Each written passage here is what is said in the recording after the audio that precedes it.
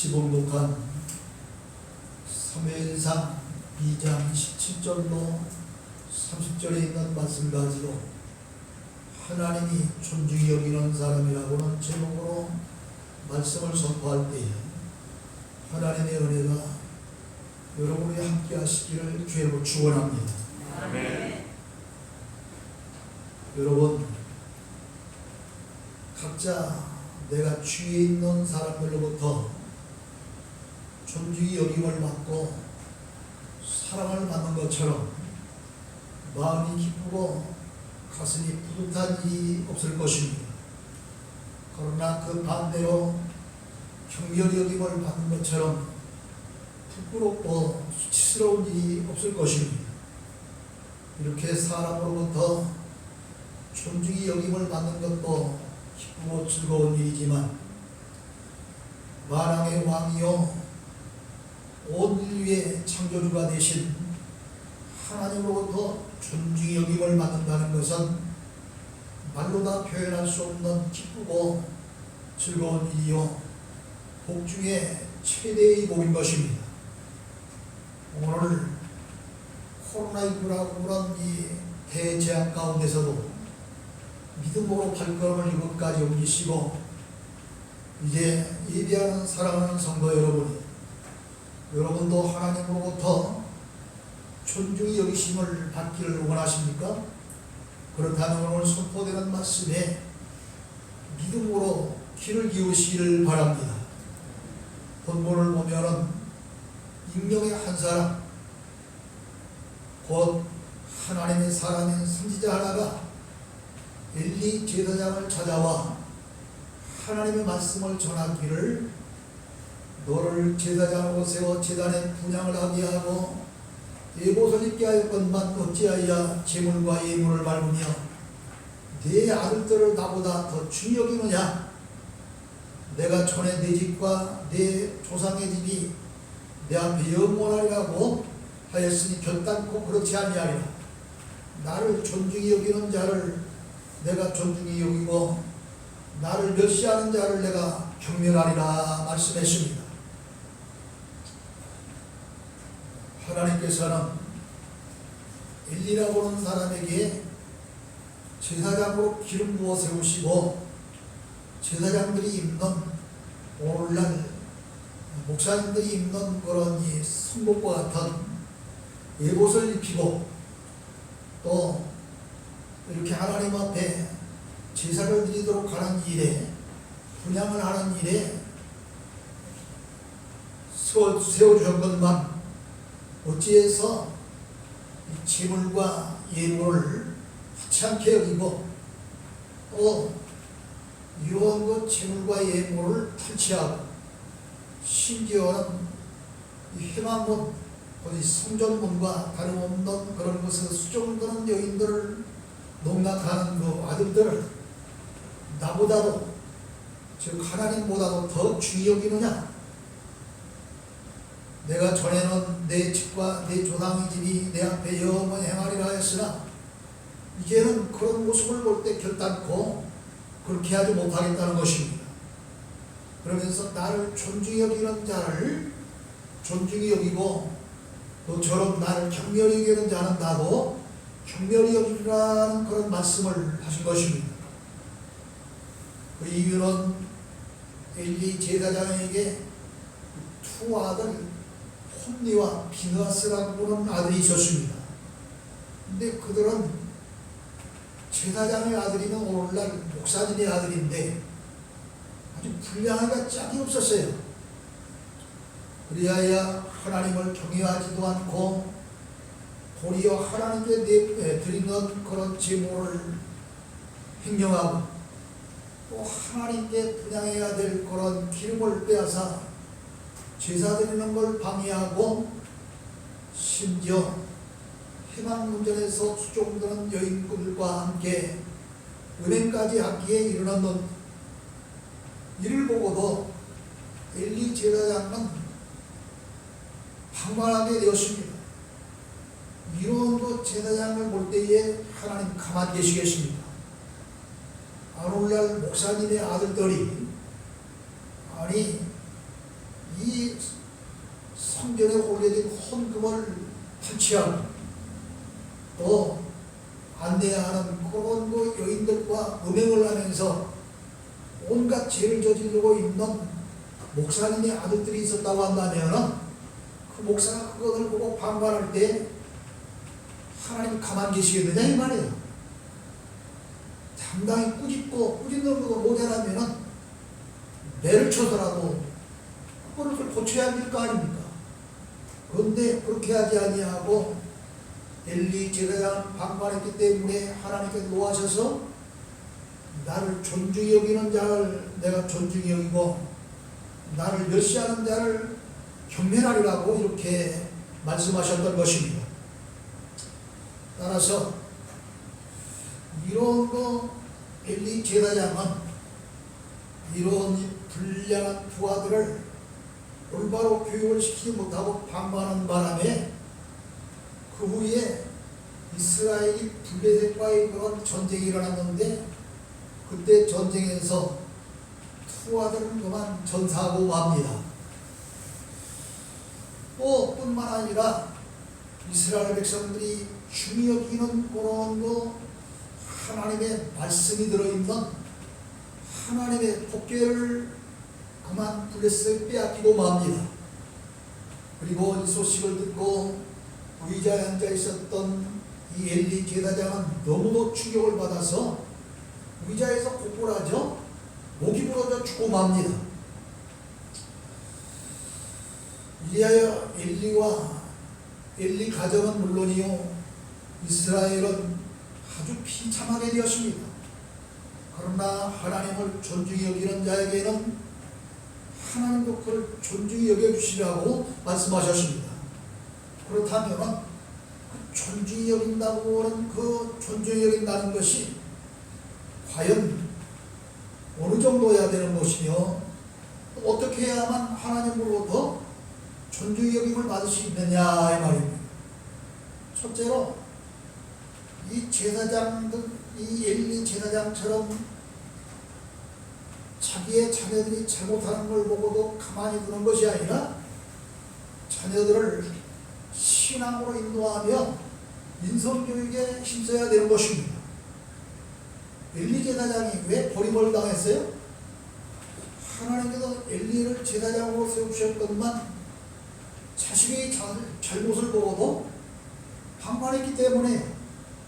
그러나 성경에 우인들로 기록이 되어 있는 사람들 가운데 아브라함이나 요게벳이나 한나나 유리 같은 분들은 신앙적인 그런 자녀 교육으로 말미암아 자기의 자녀들을 얼마나 훌륭한 그런 자녀로 키웠는지 모릅니다. 아브라함은 아버지 못지않은 그런 아들 이삭을 두었어요. 그렇기 때문에 하나님의 명령을 받았을 때에 이삭을 번제물로 드리라고는 하나님의 명령을 받았을 때에 아브라함은 종들과 이 이삭을 드리고 번제로 드리기 위해서 보리아사로 가지 않습니까? 근데 그때는 이 아브라함의 자식이 이삭은 청년기에 접어든 때예요. 거의 나이가. 그렇기 때문에 얼마든지 아브라함이 밧줄로 꽁꽁 묶어 제단에 올려놓고 칼을 들어 내리치려고 할 때에 아니 그 이전에라도 도망갈 수 있는 나이인데 아버지의 명령을 따라 신앙으로 그대로 이 밧줄로 얽힘을 당하고 칼로 내리치는 순간에도 꼼짝 아니하고 죽이라고 마음을 먹고 끝까지 신앙으로 나갔던 그런 아들이었기 때문에 아브라함 홀로 믿음의 조상이 된 것이 아니라 그만큼 믿음이 두꺼운, 믿음이 좋은, 믿음이 진솔한 이삭의 신앙이 그곳에 플러스가 되었기 때문에 아브라함이 믿음의 조상이 된 줄로 믿습니다. 뿐만 아니라 이 요게벳은 그 유명한 모세를 낳은 그런 여인 아닙니까? 이 요게벳도 자기의 무릎 위에 이 이 자기 아들 모세가 어렸을 때부터 이렇게 앉혀놓고 젖 먹이면서 나라를 사랑하라, 하나님의 말씀대로 크거라 하면서 신앙적인 교육과 인성교육에 힘썼던 그러한 요괴 시였습니다. 이러기 때문에 그의 신앙적인 교육과 인성교육을 통해서 모세는 이스라엘의 국부가 되어지고 종교 지도자가 되어져서 애굽에서 430년이라는 긴 세월 동안 이스라엘 백성들이 종살을 하던 그런 가운데 있었지만 그들을 모두 다 출애굽시켜 광야에서 그들을 인도하는 일까지 도맡아하게 된 겁니다. 또 한나는 그 유명한 사무엘이라고 그런 아들을 낳는데 그냥 낳지 않았어요. 그 한나의 이 남편에게는 한나뿐만 아니라 불인나라고 하는 그런 둘째 부인까지 있었는데 불인나가 이 아이를 대하고도 얼마나 또 이 한나를 멸시하고 조롱했는지 모릅니다. 그러자 그런 하나님의 성전 실로라고 하는 곳에 나가서 엘리 제사장이 술 취한 여자라고 할 정도로 하나님 앞에 간절히 아마 방언을 했는지 어쨌는지 술 취한 여자라고 할 정도로 간절히 기도하면서 아들 하나만 주시면 하나님께 나시린로 바치겠습니다. 나시린은 특별히 하나님의 사람으로서 삭도를 내지 아니하고 머리에 삭도를 내지 아니하고 또 독한 소를 내지 아니하고 시체를 가까이 하지 않으면서 하나님을 숨기기로 약속된 그런 아들을 나시린이라 그래요. 이런 나시린로 기계였으니 아들 하나만 달라고 해서 하나님 앞에 아들을 얻었는데 그 아들이 바로 사무엘인데 사무엘만큼 훌륭한 선지자가 어디가 있습니까? 이렇게 훌륭한 선지자를 만들었어요. 유니게는 디모데를 바울 복음과는 훌륭한 그런 신앙의 지도자로 만들었는데 이제 이와 같이 모든 그런 훌륭한 사람들의 뒤에는 훌륭한 그런 부모님, 특별히 아버지보다도 이 어머니의 훌륭한 신앙적인 교육과 인성으로 이제 교육하는 그런 인성교육이 대단했습니다. 그런데 현대인들 어떻습니까? 한두 명의 자녀를 두었기 때문인지는 모르지만 잘못을 보고도 엘리 제사장처럼 방관하며 신앙과 인성교육보다는 새침 좋은 학교 또 좋은 직장에 보내기 위해서 세상 교육에만 혈안이 되어 있는 것 아닙니까? 물론 세상 교육도 필요합니다. 그러나 그보다도 더 귀한 것이 신앙교육과 인성교육을 잊지 말고 스스로 본을 보이며 아들, 딸을 키우고 교육시켜야 되는 믿음의 귀한 성도가 되어야 될 줄로 믿습니다. 사도 바울은 믿음의 아들이요 제자요 동역자였던 디모데를 그 누구보다도 사랑했습니다. 그러기에 그는 옥에 갇힌 몸이 되었을 때에 많은 그런 제자들이 있었지만 동역자들이 있었지만 그 가운데 디모데를 보고 싶어 너무너무 그리워하면서 눈물로 하나님 앞에 기도하면서 디모데후서 1장 5절에는 이렇게 이야기하고 있어요. 이는 내 속에 거짓없는 믿음이 있음을 생각하니라. 이 믿음은 먼저 내 외조모 노이스와 내 어머니 유니게 속에 있더니 내 속에도 있는 줄을 확신하노라. 그러니까 이 디모데가 바울복음과 훌륭한 그런 목회자가 되어지기까지는 어머니 유니게의 그런 그 신앙을 본받았기 때문인데 그 어머니 유니게는 또 외할머니 노이스의 신앙을 본받았기 때문이라는 거예요. 오늘 이와 같이 우리도 자녀들이 본받을 만한 그런 믿음과 인성이 있어야 할 줄로 믿으시기를 주의로 축원합니다. 아무리 입술로만 잘해야 된다고 외쳐도 그 아들, 딸 정말 잘 듣지 않아요. 내가 본이 될 때 아버지 어머니가 본이 될 때에 자식들이 어머니 아버지를 본받아서 인성도 신앙도 훌륭하게 되는 것이지, 그렇지 않으면 되기가 힘든 거예요. 물론 어쩌다 그렇지 않은 가정도 있지만 대부분이 그렇다는 것입니다. 두 번째로 주님의 날과 예배를 존중히 여겨야 하나님께서 존중히 여기는 자가 되는 겁니다. 구약시대에는 토요일을 안식일로 지켰습니다. 그러나 예수님께서 온 인류의 죄악을 담당하시고 이제 모든 그런 죄인들을 대신해서 십자가에 달려 죽으시고 부활하신 후에는 부활의 날인 일요일을 안식일 대신 주님의 날로 지키고 있습니다. 이는 사람이 정한 날인 줄 알지만 결코 그렇지를 않습니다. 하나님이 정하신 날입니다. 여러분 시편 118편 22절로 24절을 보세요. 그 말씀을 보면 건축자가 버린 돌이 친 모퉁이의 머릿돌이 되었나니 이는 여호와께서 행하신 것이요 우리 눈에 기이한 바로 이날은 여호와께서 정하신 것이라 이날에 우리가 즐거워하고 기뻐하리로다 하는 말씀이십니다. 무슨 날이 여호와가 정하신 날이에요? 건축자가 버린 돌이 신모퉁이의 머릿돌이 된 날이 바로 여호와께서 정하신 날이라는 거예요. 근데 이 말씀이 도대체 어떤 말씀인지 아무도 깨닫지를 못했습니다. 그런데 오순절날 성령 충만을 받은 사도 베드로가 이 말씀을 깨닫고 해석했는데 사도행전 4장 11절에 보면 이렇게 이야기하고 있어요. 예수님은 건축자들의 버린 돌로 모퉁이의 머릿돌이 되었다 그랬습니다. 그러면 버려진 돌이 모퉁이의 머릿돌이 된 이 돌은 누구를 상징하는 말씀이에요? 예수님을 상징하는 말씀입니다.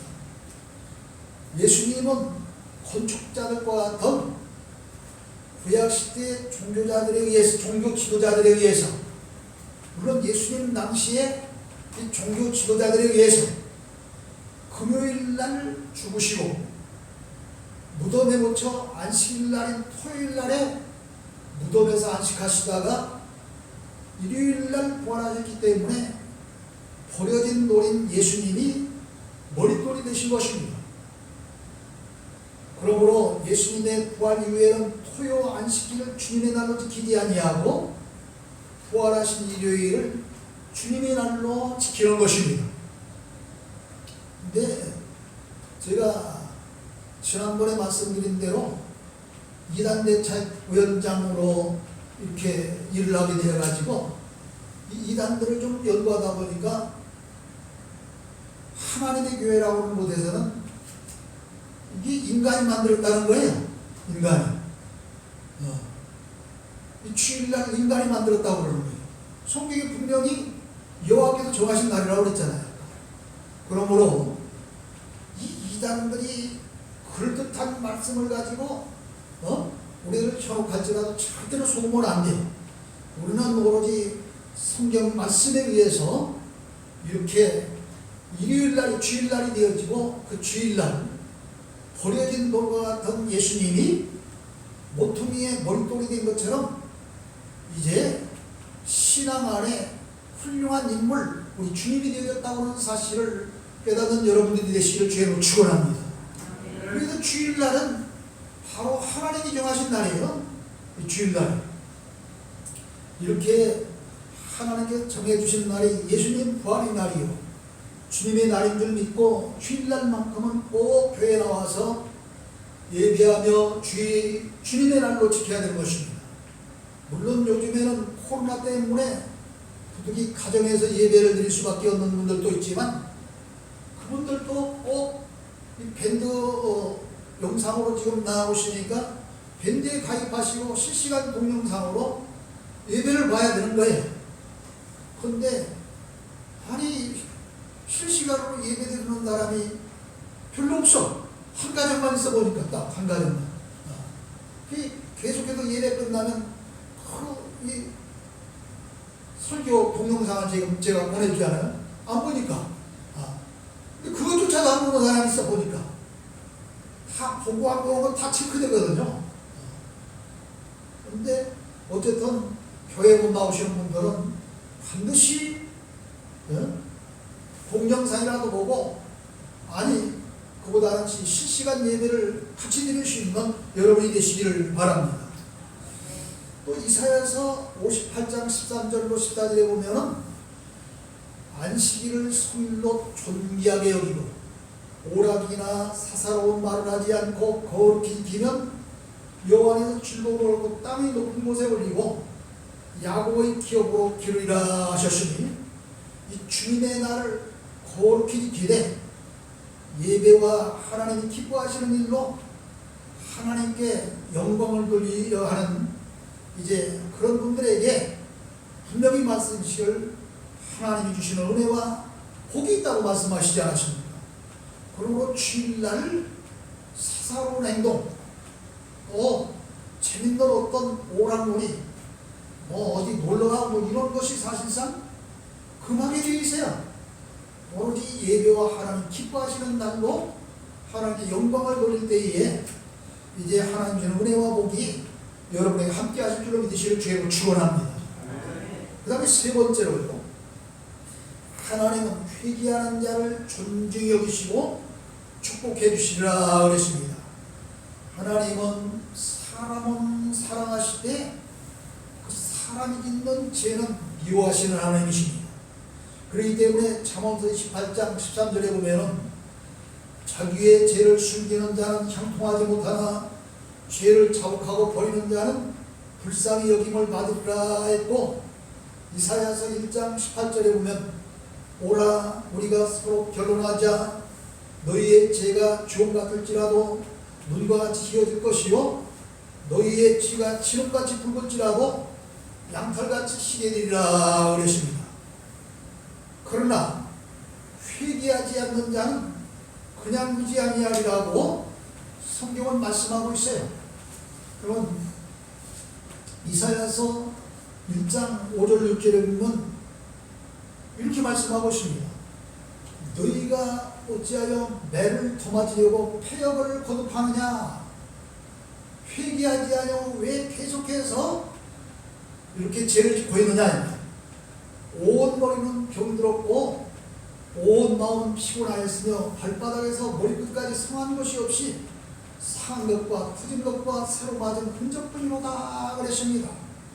이처럼 회개하는 자에게는 축복을 하지만 회개치 않는 자에게는 여러 가지 모양으로 하나님이 때리신다는 거예요. 그래서 하나님은 죄를 짓고도 회개치 않는 자를 그냥 무시지 아니하고 매를 드신다고 성경은 말씀하고 있는 겁니다. 때로는 물질을 치기도 하고 때로는 건강한 몸을 치기도 하고 그냥 무시지 않고 매를 드신다는 것입니다. 그런데요, 심지어는 어디까지 매를 가시느냐 하면은 이제 자녀에게 매를 드시고 때리시기도 하신다고 말씀을 하고 있어요. 엘리 제사장이 그랬잖아요. 엘리 제사장이 그토록 불량한 두 아들, 그냥 재물을 훔쳐 자기들 것으로 횡령하고 이 회망문에서 수종드는 여인들과 음행을 하고 하는 그 아들을 바로잡지 아니하고 방관하고 있을 때에 그냥 두지 아니하고 전쟁마당에서 다 죽임을 당하게 만들잖아요. 이처럼 아들들까지도 생명을 거두어하는 그런 징벌을 주시는 분은 하나님인 것을 깨달아야 됩니다. 그러나 아무리 악한 죄를 지었다 할지라도 회개하는 사람에게는 불쌍히 여기시고 복을 주시는 하나님이십니다. 다윗을 보십시오. 그토록 지은 죄를 회개할 때에 어떻게 회개했어요? 자기가 누워 자는 침상에 눈물로 다 적시도록 회개를 했다고 했습니다. 이렇게 회개할 때 다윗을 높이 올려주셔서 이스라엘 역사에 다윗만큼 훌륭한 왕이 없게 하시고 또 그가 다스리는 이스라엘도 부강케 해주셨습니다. 여러분이 잘 아는 또 요나를 보세요. 이 사명을 저버릴 때에 물고기 뱃속까지 들어가잖아요. 그 물고기 뱃속에서 죽음만을 기다렸던 그런 요나 선지자가 어떻게 다시 살아났습니까? 그는 사흘 동안 물고기 뱃속에 있으면서 간절히 회개한 것입니다. 그 회개의 내용이 요나 2장 전체에 있습니다. 그런데 그 가운데서도요, 마지막 9절에 보면 이런 말씀을 합니다. 나는 감사하는 목소리로 주께 제사를 드리며 나의 사원을 주께 갚나이다. 후원은 여호와께 속하였나이다 합니다.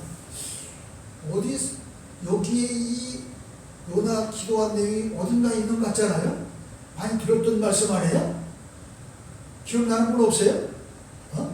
시편 50편 14절로 15절에 보면은 환난 날에 그냥 그렇지 말고 감사의 제사를 드리고 서울의 예언을 빨리하라고 그러잖아요. 그러면서 제사를 드릴 때 네가 나를 영화롭게 하리로다.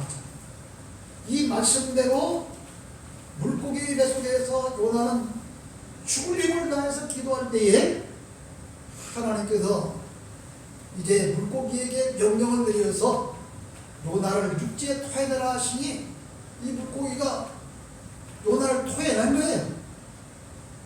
사흘 만에 조금도 상하지 아니하고 온전한 그런 상한 몸으로 다시 살아나서 이 해변에 물고기가 풍문함으로 떨어지게 된 것입니다. 그 요나가 두 주먹을 불끈 쥐고 사흘길을 돌아서 이제 뛰어다니면서도 사흘길을 돌아다녀야 될 그런 니느웨 성인데 두 주먹을 불끈 쥐고 막 뛰어다닌 거예요. 어디를? 니느웨 성. 어떤 사명을 받았기에 그랬습니까? 니느웨 성에 가서 지금으로부터 40일 후면은 니느웨 성이 몽땅 망하리라 하는 그런 사명을 주셨는데 그 사명을 어겼잖아요. 왜 어겼어요? 이 니느웨는 이스라엘의 적국이었던 아수르의 수도였습니다. 그렇기 때문에 이 요나가 잔머리를 살살 올린 거예요. 니느웨가 이 잘되면은 이게 재미없는 것 아니겠어요? 그렇기 때문에 망하라고. 그랬다가 큰 물고기 뱃속까지 들어간 거지. 그랬던 그가 죽을 지경이 되어서 깨닫고 하나님 앞에 회개하고 나와서 사흘길을 두 주먹을 불기고 하루 동안 뛰어다니면서 회개하라. 그렇지 않으면 너희들 40일이면 다 망한다고 외쳤습니다. 그러자 그 소리를 들은 니느웨 성에 있었던 임금을 비롯해서 모든 백성들이 하나님 앞에 금식하며 기도하니 니느웨 성읍에 12만 명이라고 그런 생명이 구원받는 놀라운 역사가 일어난 줄로 믿으시기를 주의로 축원합니다. 이렇게 하나님께서는 회개하는 자를 존중히 여기시고 다시 축복하시는 하나님이십니다. 마지막으로 주님의 뜻대로 사는 자를 존중히 여겨주십니다. 그렇다면 주님의 뜻이 무엇일까요?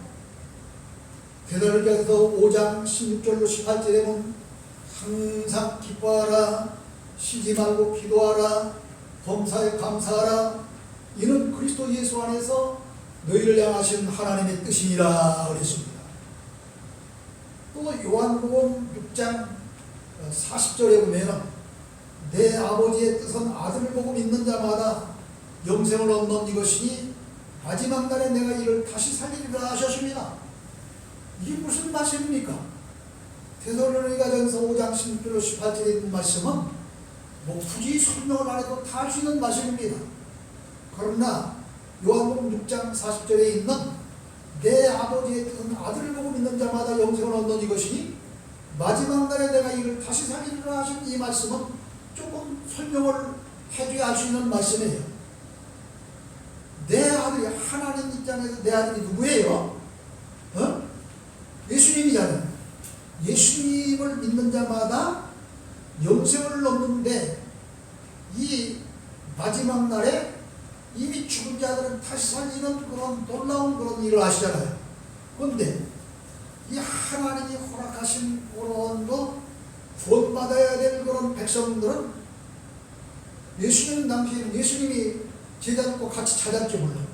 그러나 예수님이 시대가 지나고 사도 시대가 지난 후에는 누구를 통해서 하나님이 택정하신 백성들을 찾습니까? 저와 여러분은 세상 모든 크리스찬들을 통해서 택한 백성들을 찾게 되는 줄로 믿습니다. 이건 전도의 사명을 가리키는 거예요. 그러므로 우리가 주님의 뜻대로 산 자는 변화라는 항상 기뻐하고 쉬지 말고 기도하며 범사에 감사하며 전도하는 신령이 바로 주님의 뜻대로 사는 자인 줄 믿으시기를 주님으로 축원합니다. 이런 사람만이 이제 마태복음 7장 21절에서 말씀하신 대로 천국을 기업으로 받게 될 것이고 이 세상에서도 잘되고 하나님께 존귀 여김을 받는 축복을 받게 될 것이다는 말씀입니다. 여러분, 이 시집갈 그런 정년기가 되어서 시집간 그런 신부는 시부모와 남편에게 귀 여김을 받고 사랑을 받을 때에 가장 행복한 여자가 되는 것 아닙니까? 시부모에게 얼마나 어려움을 당하는 그런 며느리가 있는지 몰라요. 또 시부모가 잘해주는 그런 사람은 신랑한테 또 무시받아. 이게 양편의 신랑으로도 사랑받고 시부모한테 사랑받는 여자는 그렇게 흔치 않아. 이렇게 양편에 다 사랑받고 존경을 받는 그 신부, 그 며느리라야만 진짜 행복한 것 아닙니까? 이처럼 하나님을 존귀히 여기는 삶, 곧 신앙으로 자녀를 잘 양육시키고 주일과 예배를 존중히 여기고 죄 있을 때마다 하나님 앞에 눈물로 간절히 회개의 기도를 드리며 주님의 뜻대로 사는 삶을 통해서 하나님께 영광을 돌리는 자라야만 이제 하나님으로부터 사랑받고 우리의 신랑 되신 예수님으로부터 사랑받고 존경받게 될 줄로 믿으시기를 주의로 축원합니다. 하나님 아버지, 은혜와 사랑을 중심으로 감사합니다.